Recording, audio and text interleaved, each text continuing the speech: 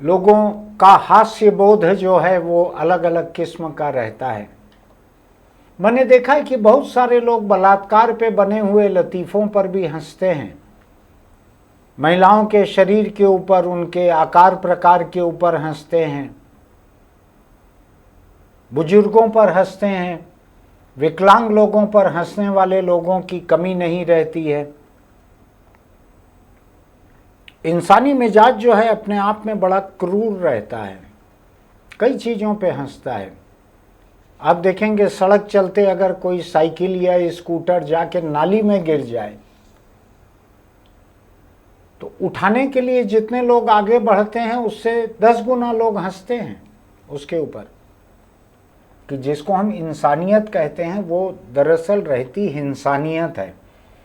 फिर हम नैतिकता की कुछ बातों को सीख कर उन पर अमल करके हम इंसानियत में से थोड़ी थोड़ी इंसानियत बनाने की कोशिश करते हैं। बुनियादी तौर पे इंसानियत बनी रहती है। आपके ज़िंदगी में जो कुछ है उसमें नैतिकता और अनैतिकता क्या क्या है, दूसरों के निजता का और अपनी जिम्मेदारी का सम्मान कैसे करना चाहिए। आपके जानकारी में बहुत सारी बातें हो सकती है, लेकिन क्या उन सारी बातों का बेजा इस्तेमाल करने का आपको हक है? बारीक बात है ज़िंदगी की, ये बहुत सनसनीखेज बात मैं नहीं कह रहा हूँ, लेकिन सोचिएगा आप, एक शव का मखौल उड़ाना, मजाक करना, उसके बारे में सेक्सुअल बातें इस तरह से करना, इससे बहुत सारे लोगों का हौसला पस्त होगा।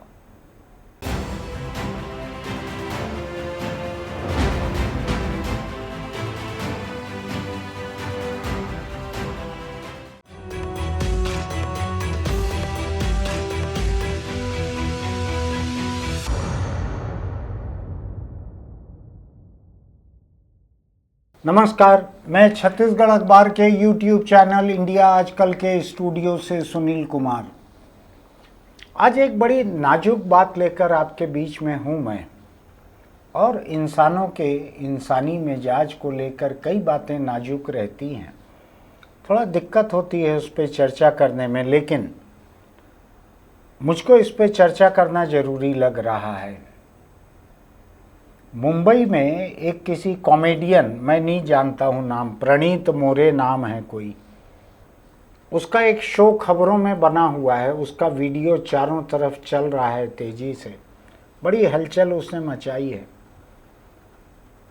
उस वीडियो में शायद वो वयस्क लोगों के बीच बैठकर कुछ वयस्क बातें कर रहा होगा, ऐसा मुझको लगता है, लेकिन उसमें ऑडियंस में, दर्शकों में मुंबई की एक मेडिकल छात्रा डॉक्टर सेजल पवार ये वहाँ मौजूद है, और किसी प्रसंग में जब बात निकली होगी तो उसमें सेजल पवार एक सवाल के जवाब में कहती है कि मेडिकल कॉलेज में पोस्टमार्टम करते समय या एनाटॉमी, जो शरीर विज्ञान जो रहता है, जिसमें मेडिकल छात्रों को डेड बॉडी, शव दिखाकर और उसके ऊपर पढ़ाया जाता है, शायद आप उसका डिसेक्शन भी करते हैं वो, तो उसके बारे में जब पूछा कि क्या आप लोग ऐसे में हमेशा गंभीर बने रहते हैं या कभी मजाक भी करते हैं, तो मुझको लगता है कि ये सवाल जो है ये तो एक सीमा के भीतर का था। इस सवाल के जवाब में सच कुछ भी हो सकता था, लेकिन एक कार्यक्रम में एक रिकॉर्ड हो रहा है, जो कार्यक्रम बहुत सारे लोग वहाँ बैठे हैं, उसमें ये डॉक्टर सेजल पवार, अगर नाम से अंदाज नहीं लग रहा है तो ये महिला डॉक्टर हैं, और ज़्यादा मुझको देखने की हिम्मत नहीं पड़ी, ये कुछ कम उम्र की महिला हैं, और ये उसमें कह रही हैं, जिसको सुनकर लोग खूब हंसे जा रहे हैं बहुत बुरी तरह, सारे लोग ये कह रही हैं कि मेडिकल छात्रों के बीच शवों को लेकर, उनके निजी अंगों को लेकर कई तरह की मजाक होती है। मैं ज़्यादा खुलासे में जाना नहीं चाहता, वरना जो काम उन्होंने वहाँ किया है वही काम मैं करने लगूँगा। इसको लेकर बहुत सारे चिकित्सा संगठन जो हैं सोशल मीडिया पर आकर इसकी खूब निंदा कर रहे हैं, इस बयान की, और कह रहे हैं कि शव जो है उसके प्रति चिकित्सा विज्ञान पूरा सम्मान रखता है, क्योंकि परिवार शव देकर जाते हैं चिकित्सा विज्ञान के लिए। उनका मजाक उड़ाना अनैतिक है, ऐसा चिकित्सा विज्ञान का कहना है। कई मेडिकल छात्रों और डॉक्टरों ने इस पे प्रतिक्रिया में कहा है कि एनाटॉमी की पढ़ाई में सबसे पहले शवों के प्रति सम्मान सिखाया जाता है। All India Medical Student Association AIMSA ने एक बयान जारी किया है, 2 पेज का बयान है, पूरा पढ़ के बताना मुमकिन नहीं है। उसमें इस नौजवान डॉक्टर, लड़की या महिला जो भी है, उसकी टिप्पणियों को इनसेंसिटिव, असंवेदनशील और मेडिकल शिक्षा की गरिमा के खिलाफ बताया है। जब ये बवाल ज़्यादा बढ़ा तो सेजल पवार ने सार्वजनिक रूप से माफ़ी मांगी और कहा कि उनको अपनी गलती का एहसास हो रहा है। महाराष्ट्र में साइबर पुलिस जो है उसने इस शो की जांच करना शुरू किया है, और अब एक कॉमेडी शो से परे जाके, मैं नहीं जानता, शायद यही कॉमेडी शो है जिसके बारे में कुछ लोगों ने इसकी एक वीडियो क्लिप के साथ एक और किसी लड़के का कोई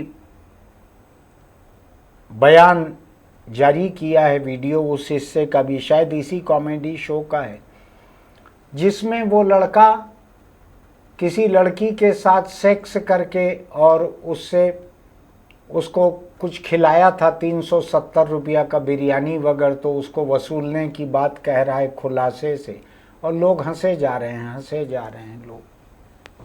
होगा, लोगों का हास्य बोध जो है वो अलग अलग किस्म का रहता है।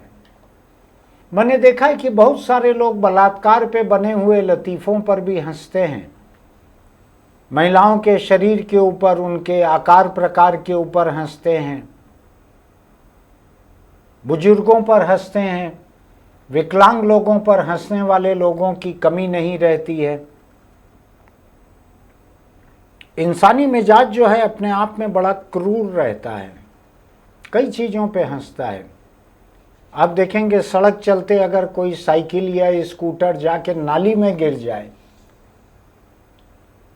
तो उठाने के लिए जितने लोग आगे बढ़ते हैं उससे 10 गुना लोग हंसते हैं उसके ऊपर। इसमें हंसने का कुछ भी नहीं है।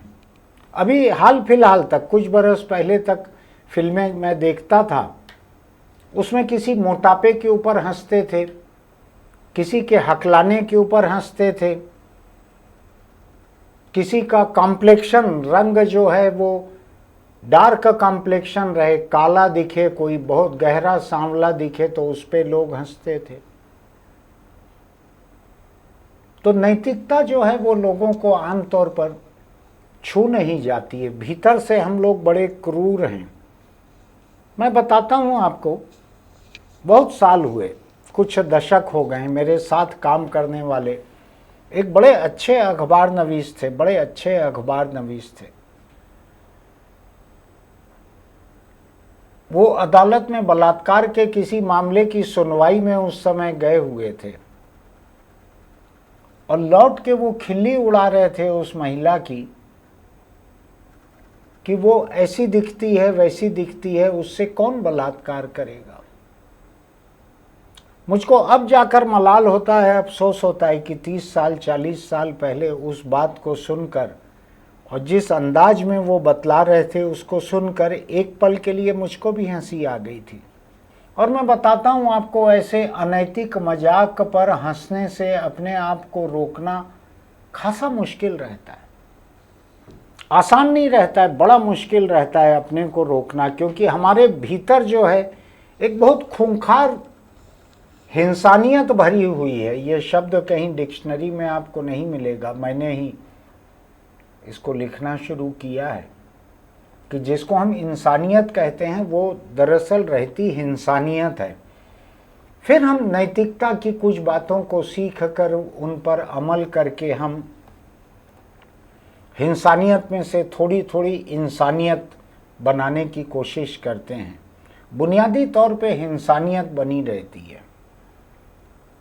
मैंने अभी ढूंढने की कोशिश की कि ये चिकित्सा छात्रा ने जिस तरह की बात एक शव के बारे में कही है, क्या सचमुच ही ऐसी बात कहना जायज था?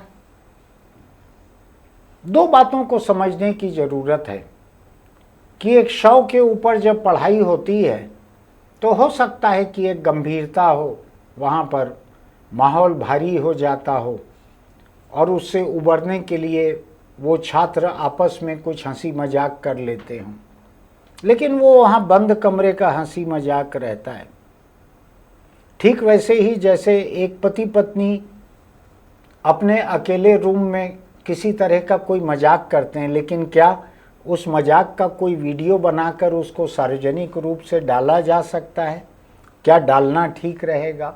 ठीक वैसा ही है कि डॉक्टर, चिकित्सा छात्र, नर्स, ये लोग आपस में अगर किसी बात को लेकर मजाक करते हैं तो ये उनके भीतर की मजाक जहाँ तक रहे तब तक बाहरी लोगों को कुछ लेना देना नहीं रहता है। मेरे जैसे लोगों को कुछ लेना देना नहीं है, जिन्होंने अपने परिवार के दो लोगों को, पहले हम अपने पिता के शरीर को छोड़कर आए मेडिकल कॉलेज में छात्रों छात्राओं की पढ़ाई के लिए, फिर मेरे बड़े भाई गुजरे तो हम उनके शरीर को भी छोड़कर आए चिकित्सा विज्ञान की पढ़ाई के लिए।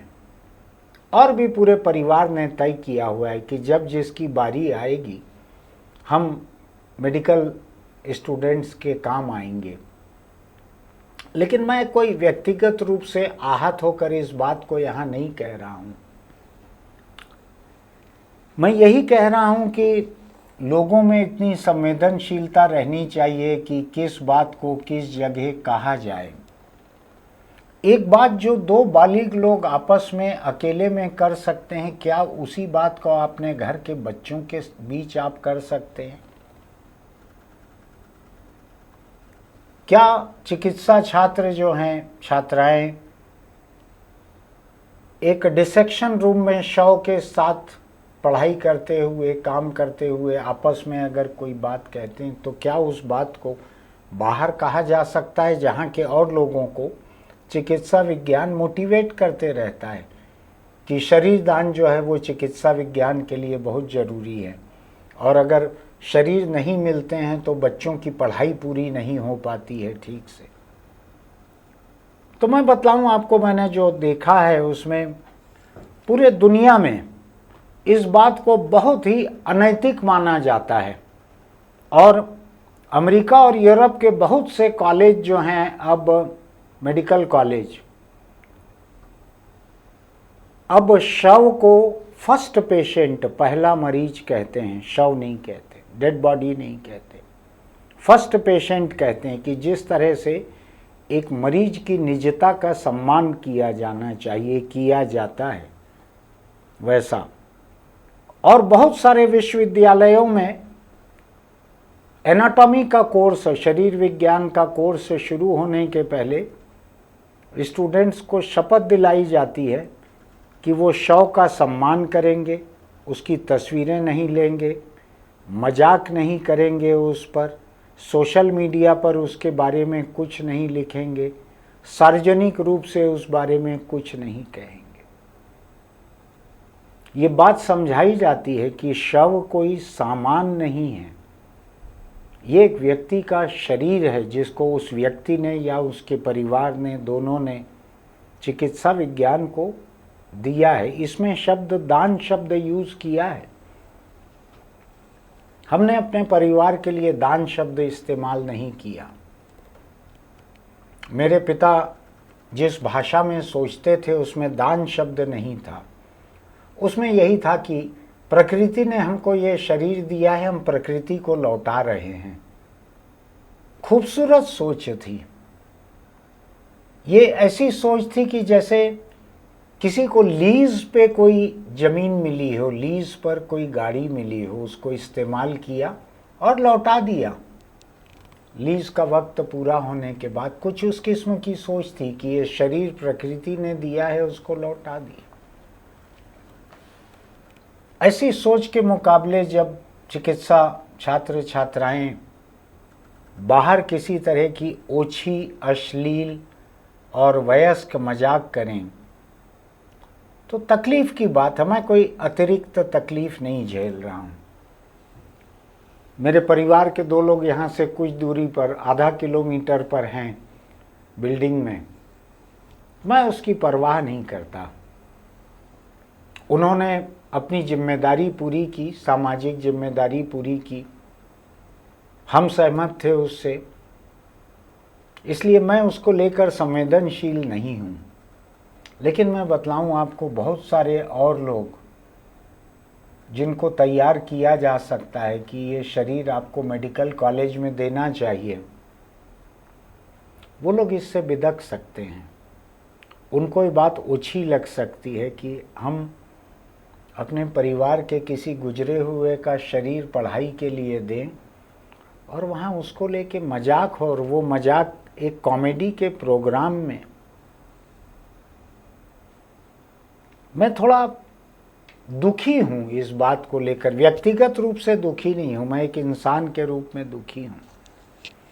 एक बात समझ लीजिए कि वकील रहते हैं, वो जिरह करते हैं अदालत में, बलात्कार की शिकार लड़की से जिरह करते हैं और कुछ करते हैं। क्या वो वकील किसी शो पर जाकर उस जिरह की बारीक बातों को बतला सकते हैं? क्या वो ठीक होगा, नैतिक होगा, जायज होगा? एक अखबार के लिए रिपोर्टिंग करते हुए मैं जाता हूं कहीं पर, किसी बच्ची से बलात्कार हुआ है, मुझको दिख रहा है कि ये घर है, ये परिवार है, ये पिता है, ये पिता का चेहरा है, ये नाम है, ये बच्ची की फोटो है। अक्सर ही ये सारी जानकारियां आती हैं पास में। क्या उसका इस्तेमाल जायज होगा? देश में कानून एक है उसके खिलाफ, बड़ी कड़ी सजा हो सकती है, उसमें जुर्म तो कायम हो ही जाता है। लेकिन मैं उससे परे की बात सोचता हूं कि पेशेवर पत्रकार होने के नाते मुझको जो बात पता लगती है, क्या उसका मैं उन लोगों की मर्यादा को खत्म करने के लिए, खिल्ली उड़ाने के लिए उसका इस्तेमाल करूं मैं?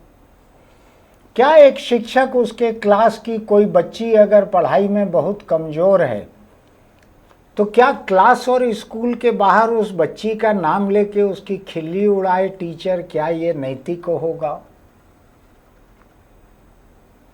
क्या ये नैतिक होगा कि किसी घर में चोरी की जांच करने के लिए पुलिस पहुंचे और वहां पे तलाशी ले कि कैसे चोरी हुई है, क्या हुई है, और वहां उसको कुछ निजी सामान भी देखने मिले, तो क्या उसके बारे में वो बाहर इसका मजाक उड़ाए कहीं पर कि उनके घर में तो ये निजी सामान, ये सेक्स टॉय, ये फलानी चीज़ें मिली थी? मुझको लगता है कि लोगों को अपने भीतर के इंसान को धीरे धीरे जगा कर उसको परिपक्व करना चाहिए। बुनियादी रूप से हम सारे लोग बड़े ही खूंखार हैं। ये समाज की कुछ मान्यताएं ऐसी हैं जो हमको नैतिक बनाने की कोशिश करती हैं। कुछ लोग बन पाते हैं, बहुत से लोग नहीं बन पाते हैं। मैं थोड़ा हैरान हूँ, ये 2 नाम जो हैं, दोनों मराठी हिंदू नाम मुझको दिख रहे हैं महाराष्ट्र के इस मामले में। इसमें धर्म कहीं आ नहीं रहा है, लेकिन मैं नाम बताना चाहता हूँ क्योंकि कुछ एक झूठे नाम जोड़कर इस वीडियो को फैलाया जा रहा है। किसी और धर्म के नाम जोड़ दिए गए इस लड़की के साथ में कि किसी और धर्म की लड़की ये बयान दे रही है, इसलिए बतलाना जरूरी है नाम। सोचिएगा, आपकी अपनी जिंदगी में जरूरी नहीं है कि आप मेडिकल छात्र या आप डॉक्टर हों। आपके जिंदगी में जो कुछ है उसमें नैतिकता और अनैतिकता क्या क्या है, दूसरों के निजता का और अपनी जिम्मेदारी का सम्मान कैसे करना चाहिए। आपके जानकारी में बहुत सारी बातें हो सकती है, लेकिन क्या उन सारी बातों का बेजा इस्तेमाल करने का आपको हक है? बारीक बात है जिंदगी की, ये बहुत सनसनीखेज बात मैं नहीं कह रहा हूँ। लेकिन सोचिएगा आप, एक शव का मखौल उड़ाना, मजाक करना, उसके बारे में सेक्सुअल बातें इस तरह से करना, इससे बहुत सारे लोगों का हौसला पस्त होगा। मुझको लगता है कि कॉलेज को इस तरह की छात्रा को सस्पेंड करने का काम भी करना चाहिए, चाहे 15 दिन के लिए सस्पेंड करे। और इस तरह के कॉमेडियन के ऐसे प्रोग्राम पर रोक भी लगानी चाहिए। आपको जो लगता हो आप कमेंट बॉक्स में लिखिएगा इस बारे में। मैं बड़ी नाजुक बात कह रहा हूँ, मेरा व्यक्तिगत दर कुछ भी नहीं है। आपको जो ठीक लगे आप लिखिएगा, कोई अश्लील बात मत लिखिएगा। फिर मिलेंगे। आपको लगता है कि मैंने एक जायज़ बात की है जो जिम्मेदारी सिखा सकती है, कुछ लोगों को सावधान कर सकती है, कुछ और लोगों को, तो इसके लिंक अपने दोस्तों को बढ़ाइएगा। हमारे YouTube चैनल इंडिया आजकल को सब्सक्राइब कीजिए, लाइक कीजिए, नोटिफिकेशन की बटन दबाइए। चलते चलते एक छोटी सी सलाह, चूँकि अस्पताल और डॉक्टर और चिकित्सा ये सब बात हो रही है।